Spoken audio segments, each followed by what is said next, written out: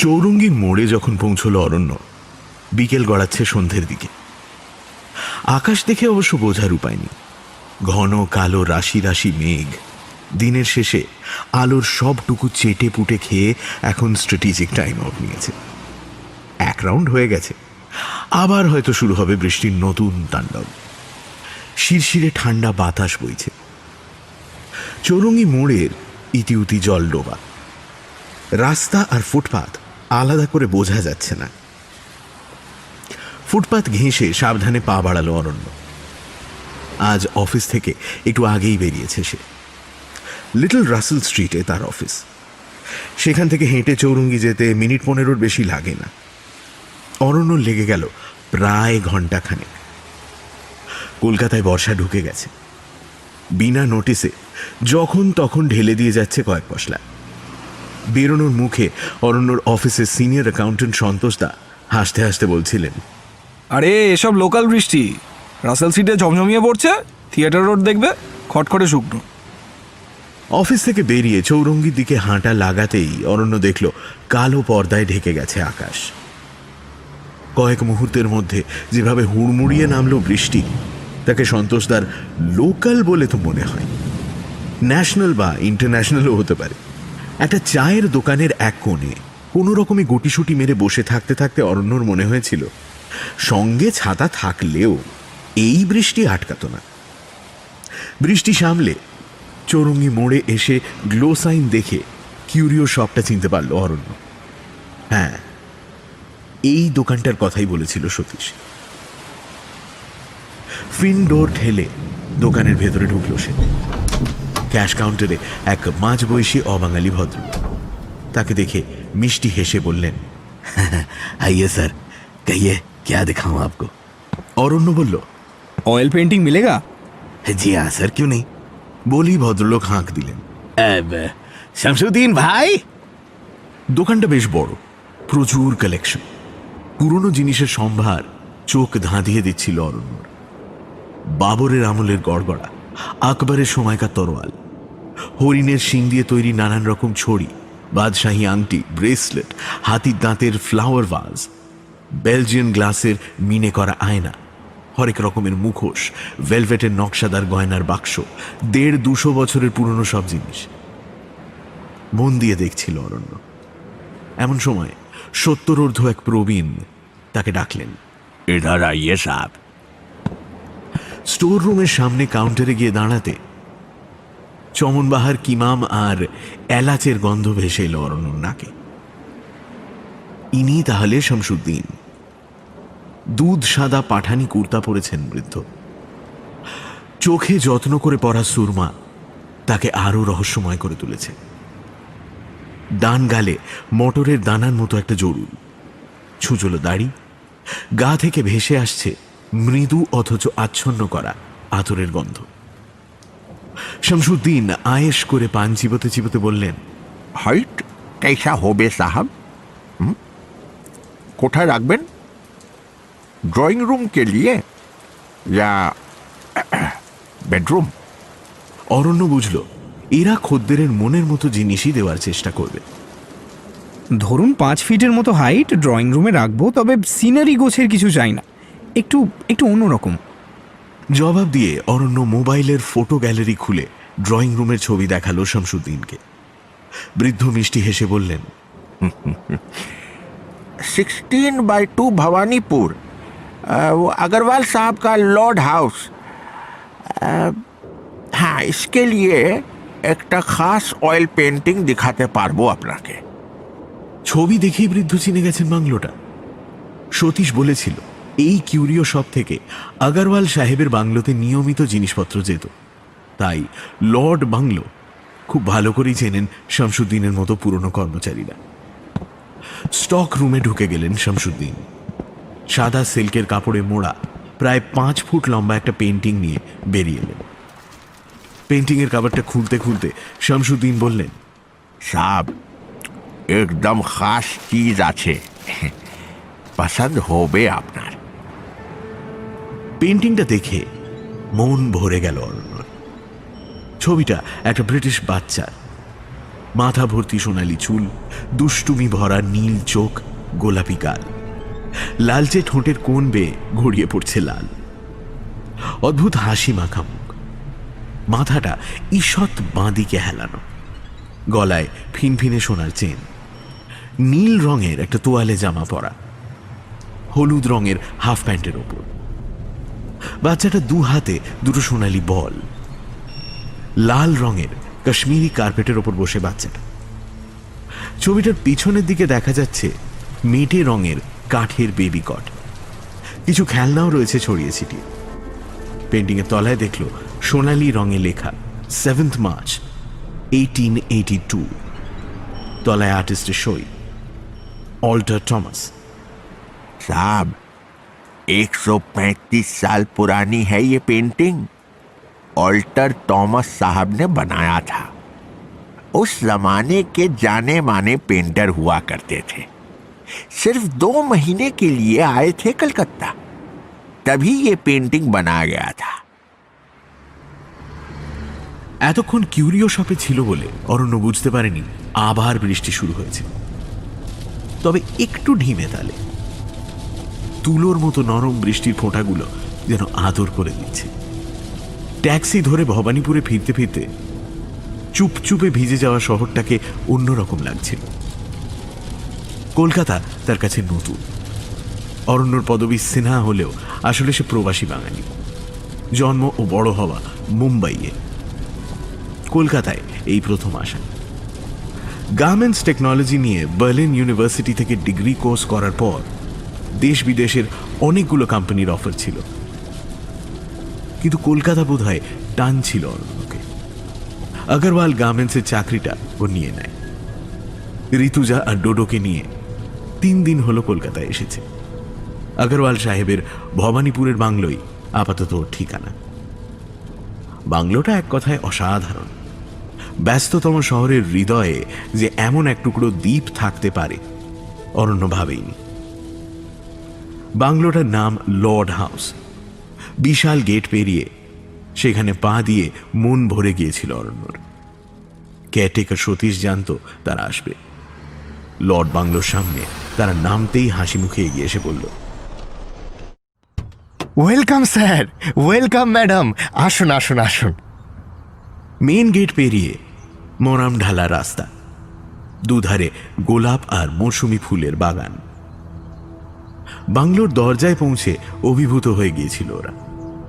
কালচে সোনালি রঙের মাহাগনি কাঠের আঁক গেট।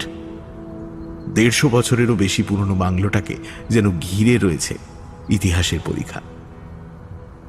ঋতুজা উপচে পড়া খুশি নিয়ে বলেছিল, অরণ্য, ও মাই গড, এমন বাংলোতে কখনো যে থাকবো ভাবিনি, বিশ্বাস করো। স্বপ্ন দেখছি না তো।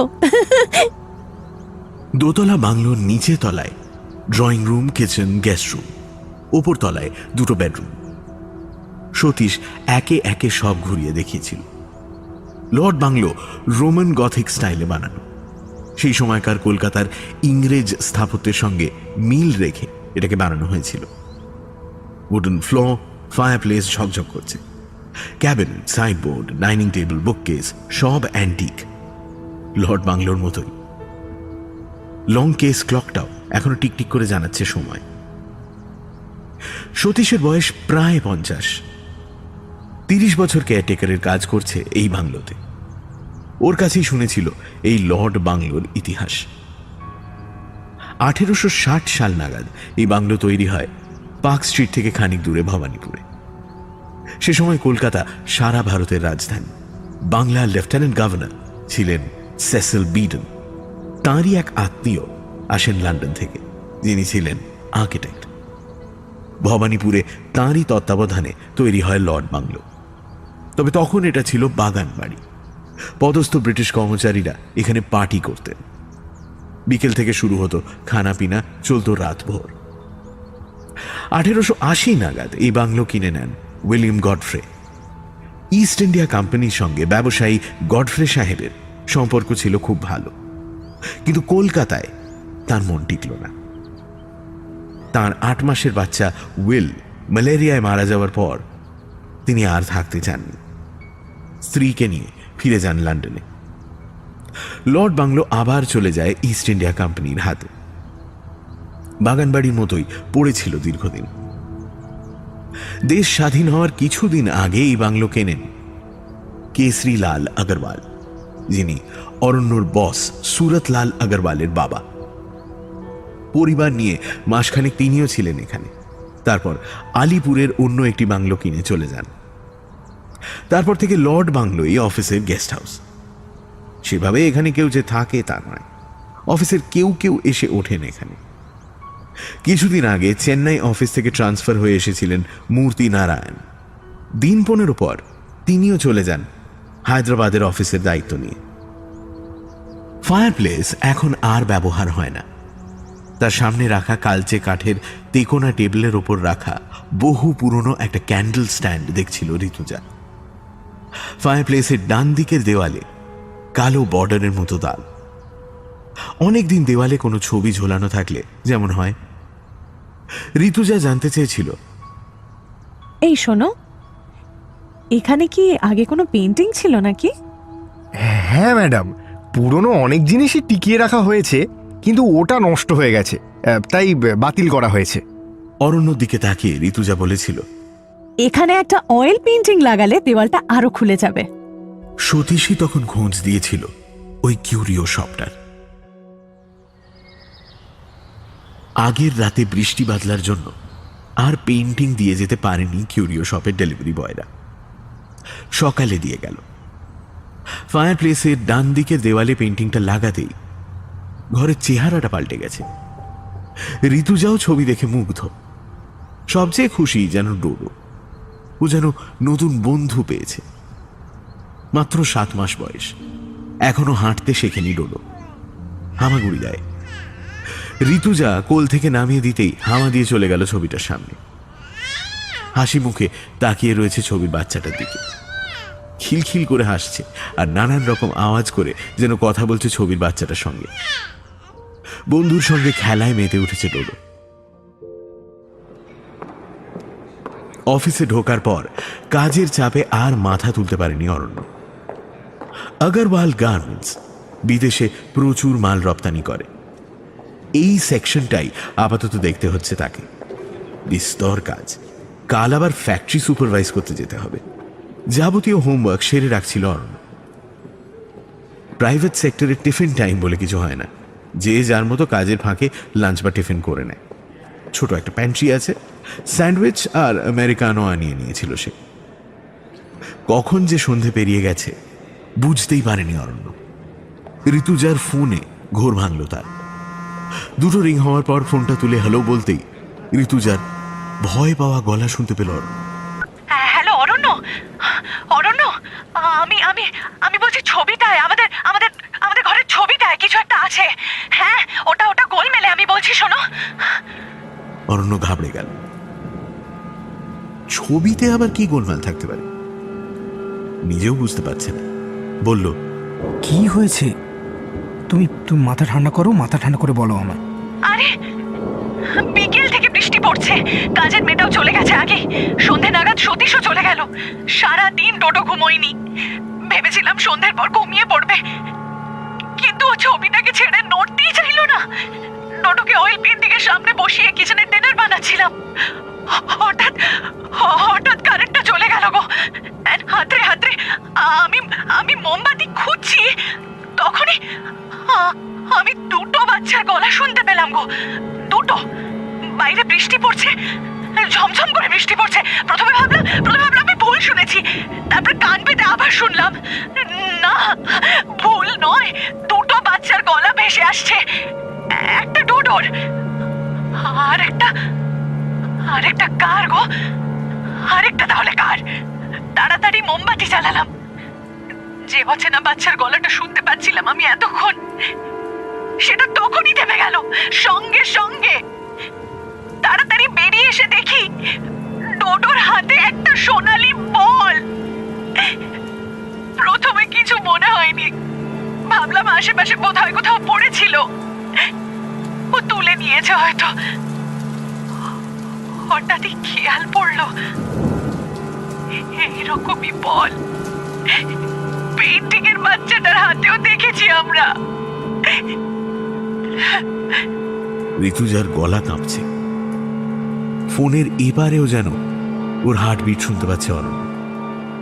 হাঁপাতে হাঁপাতে ঋতুজা বলল, দেখলাম ছবির বাচ্চাটার হাতে একটাই বল।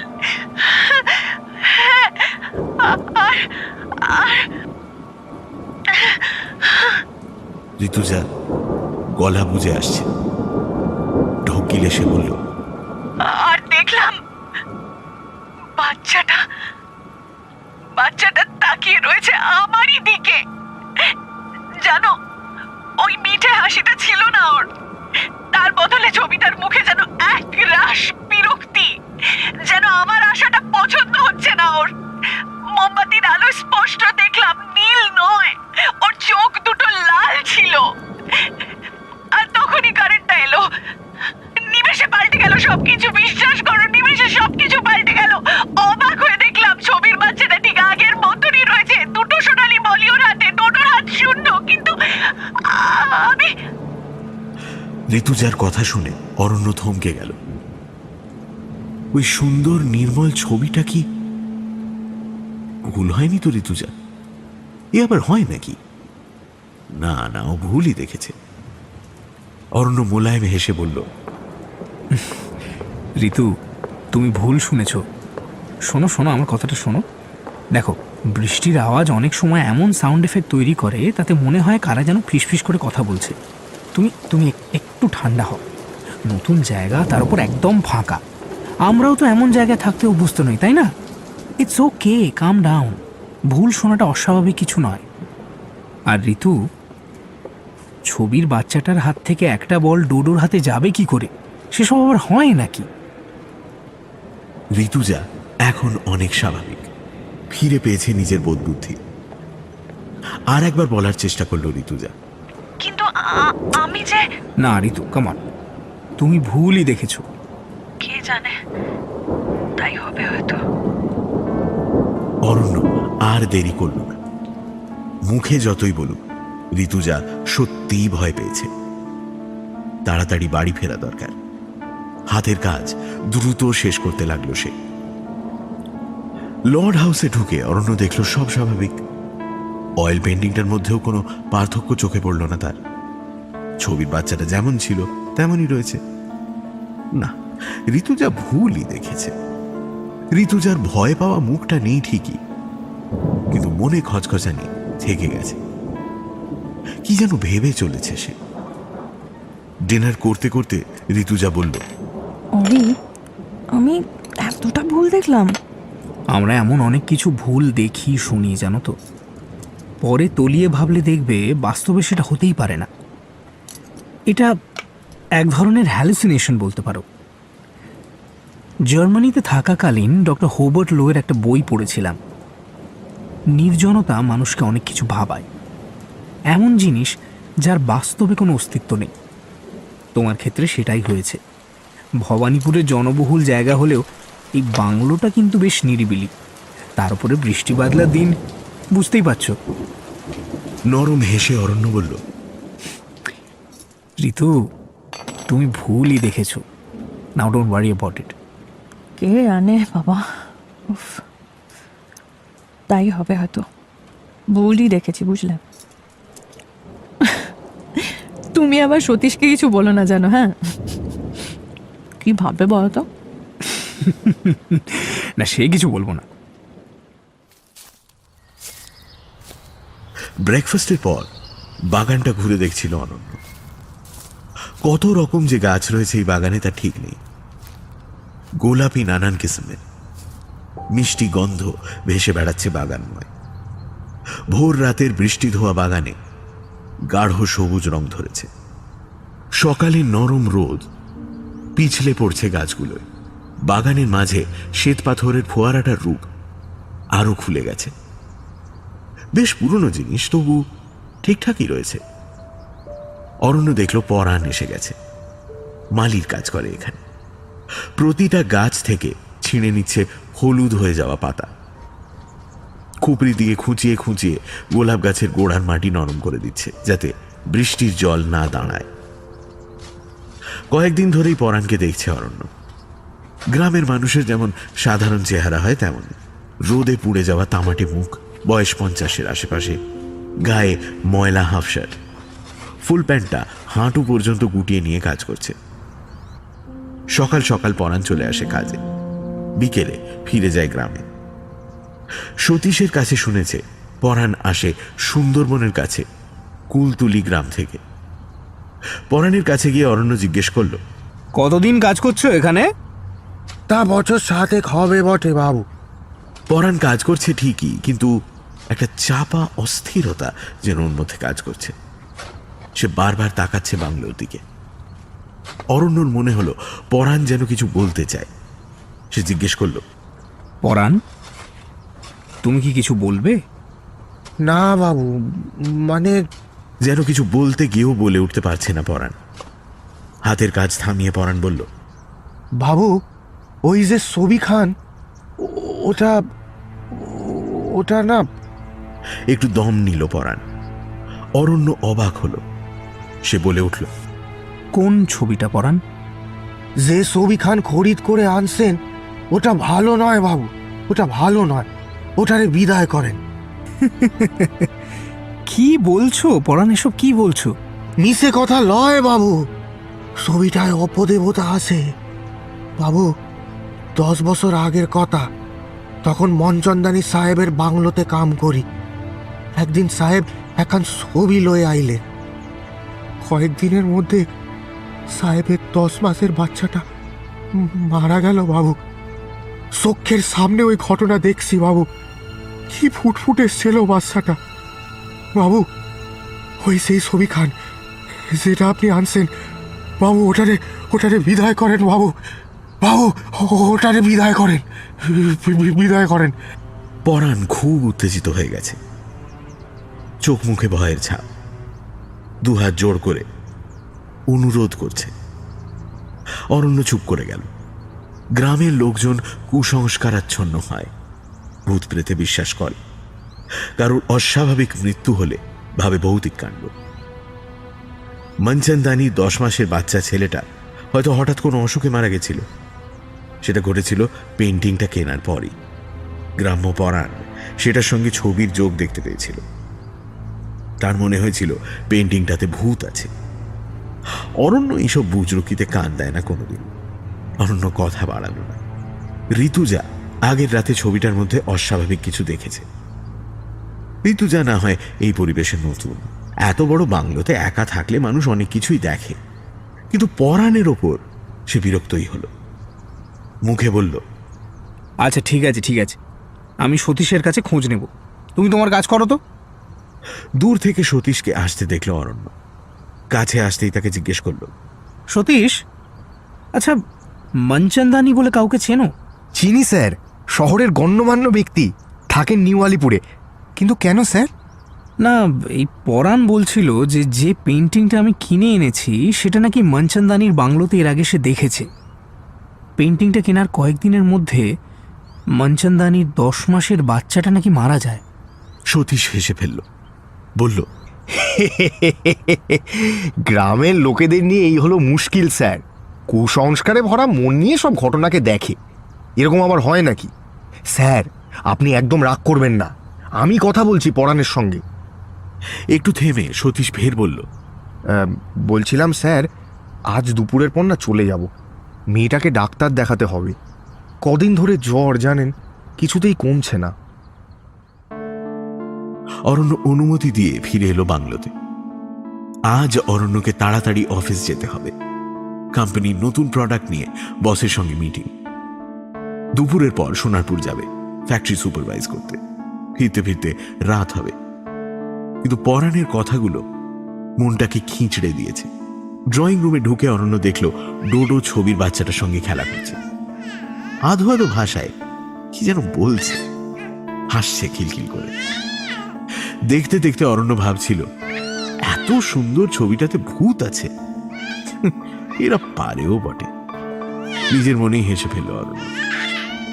ঋতুজার সঙ্গে এই নিয়ে আলোচনা করল না, বললে সে আরো ভয় পেয়ে যাবে। দ্রুত তৈরি হয়ে অফিস রওনা দিল অরণ্য। ফ্যাক্টরি থেকে বেরোতে বেরোতে 7:30 বেজে গেল অরণ্য।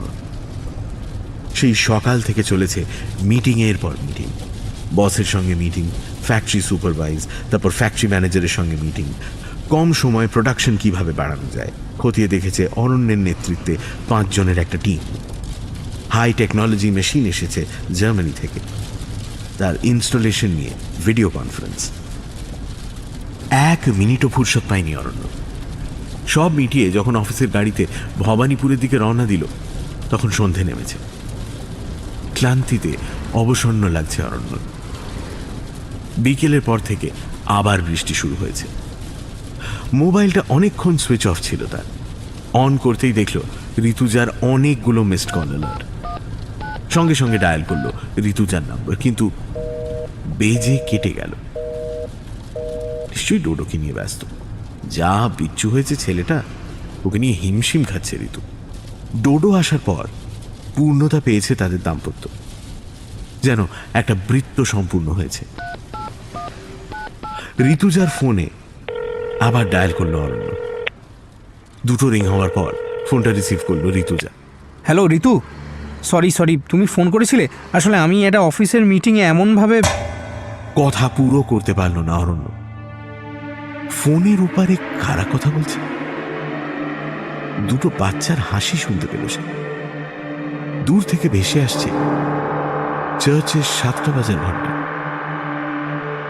মিষ্টি গলায় ইংরেজিতে গান করছে কেউ, মেয়েলি কণ্ঠস্বর, কিন্তু ঋতুজা নয়, অচেনা কেউ। সেই গান ছাপিয়ে ফিস ফিস করে কে যেন কচি গলায় ডাকছে থেমে থেমে। ডোডোর হাসি শুনতে পেল।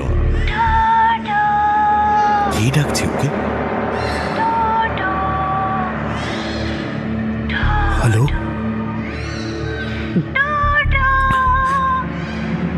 ঋতু, ঋতু, হ্যালো, হ্যালো। ঢোক গিলে কাঁপা গলায় ফিস ফিস করে বলল। তার সমস্ত বোধ, বুদ্ধি, বিচার হারিয়ে ফেলেছে সে। এসি গাড়িতে বসেও কুলকুল করে ঘামতে শুরু করেছে। হাতের কাঁপুনি টের পাচ্ছে সে। ফোনের ওপার থেকে অরণ্য শুনতে পেল কে যেন খুব ভালোবেসে ডোডোকে কাছে টানছে। যে ডাকছে তার গলাটাও শিশুর মতো, আধো গলায় সেই ডাক। অরণ্য ফোনটা কাটার চেষ্টা করছে, পারছে না। কিছুতেই ডিসকানেক্ট করা যাচ্ছে না কলটা। 2টো বাচ্চার খিলখিল হাসির শব্দ আছড়ে পড়ছে ওপার থেকে, যেন 2টো বাচ্চা খেলায় মশগুল। ঠিক তখনই ফোনটা কেটে গেল। আবার ঋতুজার নাম্বার ডায়াল করলো অরণ্য। আনঅ্যাভেলেবল বলছে। আবার আবার আবার পাগলের মতো ডায়াল করে যাচ্ছে অরণ্য। লর্ড হাউসের সামনে গাড়িটা দাঁড়াতেই 1 লাফে নেমে পড়ল অরণ্য। অঝরে পড়ছে বৃষ্টি। সেসব ভুলে দৌড়তে শুরু করলো বাংলোর দিকে। অরণ্য বুঝলো পুরো বাংলোটা অন্ধকার, কারেন্ট নেই। দরজার সামনে এসে মোবাইলের টর্চটা অন করলো সে। দরজা ভেতর থেকে লক করা নেই। হাতের চাপে সেটা খুলে যেতেই সে স্পষ্ট শুনতে পেল 2টো বাচ্চার হাসি ড্রয়িং রুমের দিক থেকে আসছে। সে কি সত্যি 2টো বাচ্চার গলার আওয়াজ শুনতে পাচ্ছে? ভালো করে কান পাতল অরণ্য। হ্যাঁ, 2টো বাচ্চাই। একটা ডোডো, আর একটা বাচ্চা তবে কে? টর্চ জ্বালিয়ে কয়েক পা এগোলো অরণ্য। হালকা আলোয় দেখলো ডোডো বসে রয়েছে ড্রয়িং রুমের মেঝের উপর। আলো পড়ায় সে মুখ তুলে তাকিয়েছে অরণ্যর দিকে। অরণ্য দেখল ডোডোর মাথাটা ঈষৎ হেলানো বাঁ দিকে, ঠোঁটের কোণ দিয়ে গড়িয়ে পড়ছে লাল। গলায় একটা পাতলা সোনার চেন। তার ঠিক পেছনে দেখা যাচ্ছে একটা বেবি কট। ছড়িয়ে ছিটিয়ে রয়েছে কিছু খেলনা। পুরো ড্রয়িং রুমটাই যেন হুবহু ছবির ক্যানভাসে বদলে গেছে। ডোডোর হাতে দুটো সোনালী বল। তার ঠিক পেছনে বসে আছে একটা ব্রিটিশ বাচ্চা, সেই ছবির বাচ্চাটা। পেন্টিং এর 8 মাসের শিশুর চোখে নীলচে আগুন। প্রচন্ড আতঙ্কে অরণ্যের গলা শুকিয়ে যাচ্ছে। যাবতীয় শক্তি জড়ো করে কোন রকমে অরণ্য চিৎকার করে উঠল, ডোডো ডোডো! তপ করে জ্বলে উঠল ড্রয়িং রুমের সেন্ট্রাল ঝাড়বাতিটা। অবাক হয়ে অরণ্য দেখল ডোডো একই রকম ভাবে বসে রয়েছে মেঝেতে। অরণ্যকে দেখে বাড়িয়ে দিয়েছে তার দুটো হাত। ডোডোর হাতে কোনো বল নেই। অয়েল পেন্টিং এর দিকে চোখ গেল তার। যেমন ছিল তেমনই আছে, আগের মতোই বাচ্চাটা বসে রয়েছে 135 বছরের পুরনো ছবিতে। অরণ্য দৌড়ে গিয়ে কোলে তুলে নিল ডোডোকে। সে দেখল কিচেনের দরজার সামনে অজ্ঞান হয়ে পড়ে রয়েছে ঋতুজা। জলে ছিটে দিয়ে তার জ্ঞান ফেরাতেই সে আতঙ্কের চোখে আঙুল তুলে দেখালো ছবিটার দিকে। জড়িয়ে ধরল ডোডোকে, কাঁপা গলায় বলল, ভূত, ভূত আছে অরি, এই ছবিটাতে ভূত আছে। ছবির বাচ্চাটাই ডোডোর সঙ্গে খেলা করছিল। অরি, আমি ভুল দেখিনি, আমাকে বিশ্বাস করো, আমি ভুল দেখিনি। অরণ্য খুব ভালো করে জানে ঋতুজা ভুল দেখেনি। সে নিজেও একটু আগে এগুলোই দেখেছে। ডোডো আর ঋতুজাকে জড়িয়ে ধরে অরণ্য বলল, I am sorry, I am really sorry. ছবিটাকে এখনই বিদায় করব। আমরা কাল সকালেই চলে যাব এই বাংলো ছেড়ে, কেমন? হ্যাঁ। সতীশকে ফোন করলো অরণ্য। সে ধরতেই বলল, সতীশ, শোনো, তুমি এখনই বাংলোতে এসো। হ্যাঁ, ভীষণ বিপদ, দেরি করো না প্লিজ। কি হয়েছে স্যার? উদ্বেগ নিয়ে বলল সতীশ। কে জানে অরণ্যর কোনো সমস্যা হলে চাকরি হারাতে হতে পারে তাকে। সতীশ, পরাণ ভুল বলেনি, এই ছবিটাতে কিছু একটা আছে। শুধু ঋতুজা নয়, আমিও দেখেছি। ঋতুজা আর ডোডোকে নিয়ে সে এখন বসে রয়েছে ডাইনিং টেবিলে। সামনে দেওয়ালে ঝুলছে পেন্টিংটা। সেন্ট্রাল ঝাড়বাতিটা অদ্ভুত আলো আঁধারির বলয় তৈরি করেছে ড্রয়িং রুমের দেওয়ালে। ছবির বাচ্চার কোনো পরিবর্তন আর দেখা যায়নি, কিন্তু কিছুক্ষণ আগে অরণ্য যা দেখেছে তা মিথ্যে নয়। অরণ্যর সব কিছু গুলিয়ে যাচ্ছে, যেন হারিয়ে ফেলেছে সে তার সব কথা। তাকে এক হাতে আঁকড়ে ধরে বসে রয়েছে ঋতুজা, বুকের কাছে ডোডো। সতীশ যখন এসে পৌঁছল তখন 8টা বাজছে লঙ্কেশ ঘড়িতে। সতীশকে দেখে প্রাণ ফিরে পেল অরণ্য। সতীশ বলল, স্যার, পরাণের সঙ্গে আমিও পরে কথা বলেছি। ওর কথা শুনে মনে হয়েছিল গ্রাম্য লোক, কুসংস্কারে ভরা। কি দেখতে কি দেখেছে, সারাদিন ব্যাপারটা মাথায় ঘুরছিল জানেন। মেয়েটাকে সন্ধেয় ডাক্তার দেখানোর পর ভাবলাম নিউ আলিপুর তো খুব দূরে নয়, একবার ঘুরেই আসি। ওখানে গিয়ে শুনলাম মনচন্দানী সাহেব কলকাতায় নেই। ওর বাড়ির সিকিউরিটি গার্ডকেও আমি চিনি, সেও দীর্ঘদিন কাজ করছে সেখানে। তার কাছে জানলাম পরাণের কথাগুলো অক্ষরে অক্ষরে সত্যি স্যার। এই পেন্টিংটা একটা নিলাম থেকে কিনেছিলেন মনচন্দানী সাহেব। 3 দিনের মাথায় তার 8 মাসের বাচ্চাটা মারা যায়। মনচন্দানী সাহেবের বাচ্চাটাও নাকি পেন্টিংটার সামনে সারাক্ষণ বসে থাকতো। ওই ঘটনার পর ছবিটাকে বিদায় করা হয়। অনেক বছর পর সেই ছবি আপনি কিনে এনেছেন কিউরিও শপ থেকে। ওরাও বোধহয় জানে না স্যার যে ছবিটা ভুতুড়ে। আপনি ফোন না করলে আমিই করতাম। আর দেরি করবেন না স্যার, চলুন পেন্টিংটা এক্ষুনি ফেরত দিয়ে আসি। চলুন স্যার, চলুন চলুন। সতীশ নিজেই দেওয়াল থেকে নামালো ছবিটা, দ্রুত মুড়ে ফেললো সাদা সিল্কের কাপড়ে, তার উপর চাপিয়ে দিল পলিথিন পেপার। বাইরে তখনও বৃষ্টি পড়ছে। ট্যাক্সি ডেকে তার মাথাতেই বেঁধে দিল ছবিটা। সতীশকে ঋতুজা আর ডোডোর সঙ্গে রেখে অরণ্য একাই রওনা দিল চৌরঙ্গির দিকে। কিউরিও শপটা তখন বন্ধ হওয়ার মুখে। ক্যাশ মিলিয়ে নিচ্ছেন মালিক। উদ্ভ্রান্ত অরণ্যকে হুড়মুড় করে কিউরিও শপে ঢুকতে দেখে অবাক হয়ে গেলেন তিনি। কোনো ভনিতা না করেই অরণ্য বলল, এই ছবিটা আপনাকে ফেরত দিতে এসেছি। মালিক বিরক্ত হয়েছেন, তবু বললেন, কেউ স্যার কুছ খারাপই হ্যাঁ? অরণ্য ভেঙে বলল না, যেভাবে হোক ফিরিয়ে দিতে হবে পেন্টিংটা। ওরা না নিতে চাইলে চৌরঙ্গির ফুটপাতেই ফেলে রেখে যাবে। আর তিনি অরণ্য বলল, আসলে আমার বাচ্চাটা এই ছবিটা পছন্দ করছে না। আপনাকে টাকা দিতে হবে না, ছবিটা শুধু ফেরত নিয়ে নিন প্লিজ। কিউরিও শপের মালিক কিছুক্ষণ তাকিয়ে রইলেন অরণ্যর দিকে, তারপর বললেন, পেন্টিং কা দাম আপকো ওয়াপস মিল জায়েগা। শামসুদ্দিন ভাই স্টোর রুম থেকে বেরিয়ে এলেন সেই শামসুদ্দিন। কিউরিও শপের মালিক বললেন, শামসুদ্দিন ভাই पेंटिंग चेक करके स्टोर रूम में रख दीजिए। हाँ, आपका पैसा ले लीजिए सर। অরণ্য এগিয়ে গেল ক্যাশ কাউন্টারের দিকে। শামসুদ্দিন তখন খুলে ফেলেছেন পলিথিন পেপার, সাদা সিল্কের কাপড়টাও। ক্যাশ কাউন্টার থেকে টাকা নিচ্ছিল অরণ্য। শামসুদ্দিনের ডাকে পিছনে ফিরল সে। বুড়ো শামসুদ্দিন অদ্ভুত দৃষ্টিতে তাকিয়ে রয়েছে অরণ্যর দিকে। কয়েক মুহূর্ত সময় নিয়ে তাকে বলল, लेकिन साहब ये पेंटिंग तो हमने दिया नहीं। হ্যাঁ, কি বলছেন কি? উত্তেজিত পায়ে অরণ্য এগিয়ে গেল শামসুদ্দিনের দিকে। রেগে গিয়ে বলল, আরে এই ছবিটাই তো নিয়ে গেলাম, আপনি ভুলে গেছেন নাকি? অরণ্যের সামনে ছবিটা তুলে ধরল শামসুদ্দিন। প্রবল বিস্ময়ে সে থতমত খেয়ে গেল।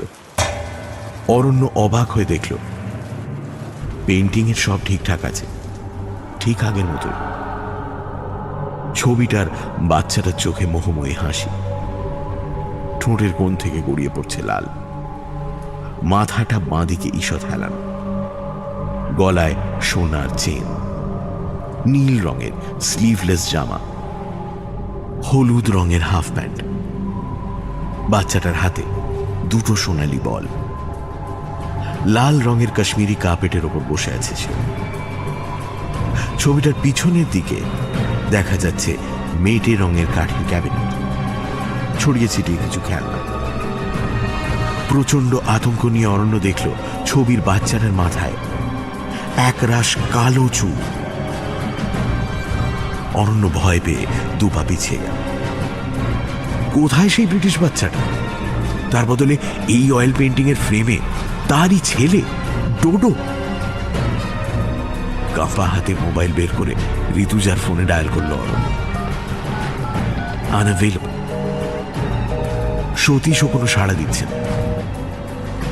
ভয়ে আতঙ্কে ভবানীপুরের দিকে দৌড়তে শুরু করলো অরণ্য।